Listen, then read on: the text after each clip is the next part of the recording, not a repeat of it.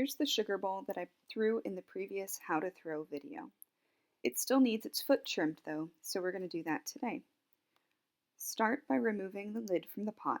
You wanted it to be in there while they were both setting to leather hard so that they shrink at the same rate. So just set that lid aside, it's done, it doesn't need anything else. And we're going to turn our piece upside down. You want to make sure that the head of your wheel or the bat is slightly damp and free of dust so that our anchoring clay will stick nicely to the head of the wheel.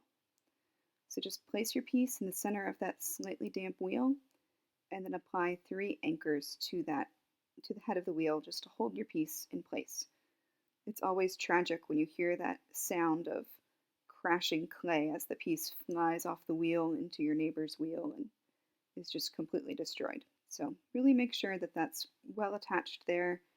We're also going to make sure we hold our non-dominant hand, the one that's not using the tool. It's just going to hover over my piece so that if it does come unattached, I can catch it before chaos happens. Now I'm just drawing one little circle there with the tool. I've just carved that one circle, and it showed me that my piece is slightly off center, just comparing how much space is on either side of that circle. So I know to scoot the piece over ever so slightly. You don't want to make movements more than about a millimeter at a time, otherwise you'll just routinely be moving your piece back and forth, back and forth, back and forth, and that's not how we want to spend our time. So I'm just carving another circle just to see if I'm closer to being centered. Looks like I need to move it again, and again I'm just moving it ever so slightly, millimeters, half a millimeter, not anymore. Now I'm going to cut off those 2 circles so that I can see if I need to draw another circle just to make sure it's still centered correctly.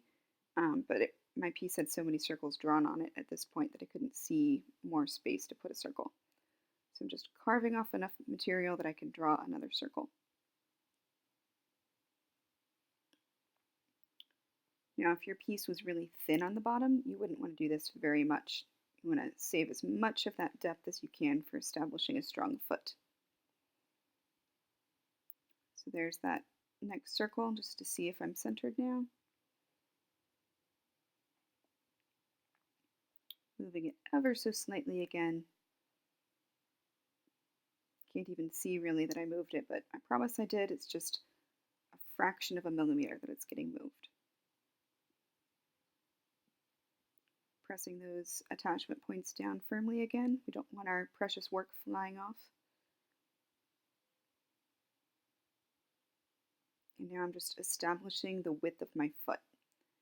We want to trim clay off of the piece so that it becomes less heavy, less dense at the bottom, so that it can shrink at the same rate as the walls. It also provides just a more sturdy base, something that's a little bit steadier and won't rock around after it comes out of the kiln. We want a nice flat level base. It's no good if you make a lovely soup bowl but can't fill it with hot soup because it might topple over on you. Here I'm just removing thickness from the bottom wall of my piece. You could do this because you threw a piece that was just thicker than you wanted to. Here though, I don't have that problem. I'm just establishing a form that I find more pleasing, one that fits with my lid a little bit better. I would like to establish a nice thick foot on this piece. I'm going to use some experimental glazing on this work, and this thick foot just gives a place for that extra glaze to run off to, just in case it flows more than I planned. So I'm just trimming away material. The best way to know how deep you can carve into your piece is experience. Until you've cut through a couple of your pieces, you're not really going to know where that stopping point is. So if you do carve through the bottom of one of your pieces as you're throwing, that'll be okay. Turn it into a planter, pretend that you meant it that way, and throw another bowl a different day. I've definitely carved through my share of pots, and there's not really anything you can do about it. So just be patient with yourself. Throwing is a process that takes a lot of practice. Here I'm just honing the form that I want that foot to take the shape of. I'm going for something a little bit classical here. Just removing more and more material from that piece. Note that the wheel is going pretty slowly. That's so that I can have lots of control with my hand. My tool is barely moving at all. I'm letting the wheel do the work.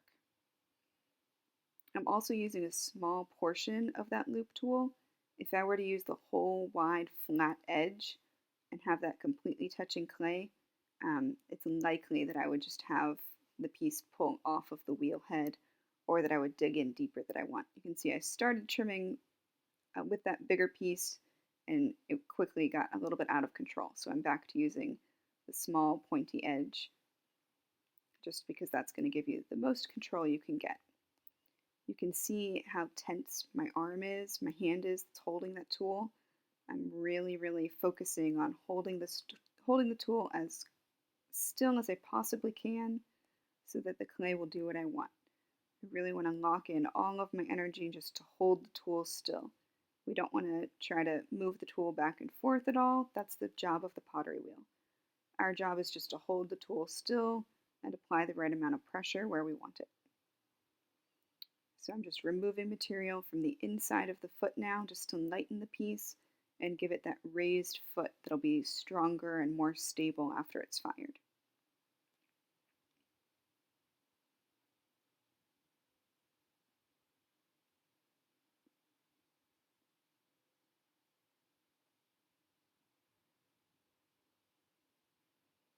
So right now I'm using that wide edge of the tool. It was hard to see in the video, but I started by using the smaller tool to carve a spiral of clay away, and then I'll use the wide flat edge to remove that spiral design.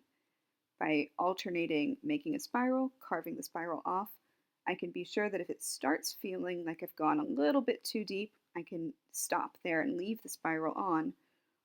And then also, by removing a spiral instead of trying to remove all of the clay at once, I'm not having quite as much pressure on that tool, not as much friction, and I can control it a bit better. Just establishing that edge of the foot again, really honing its form. Again, I'm working slowly, and my hands are just holding as still as I possibly can to control that work. I'm tapping, and that's going to help me know how thick my clay still is. If it feels really hollow, I'm obviously going to stop because I don't want to carve through my foot. There was just a little raised bump there, so I'm carving that off. Again, my work is nice and slow. The wheel's doing the work, and the wheel's going at about 1/3 of the speed that it can go at. Remember, we want to do all of our centering work at full speed. We want to make that well at full speed, make our first pull up on the wall at full speed, and then we want to start slowing down the wheel, and everything else we'll do at a slower speed. Just making sure that foot is completely perfectly level.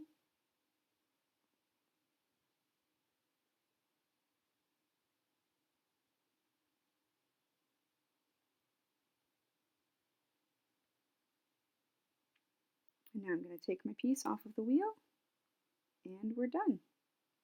I'll stick the lid back on just so that it can dry on the piece so they shrink at the same rate, and then we'll get it bisque fired.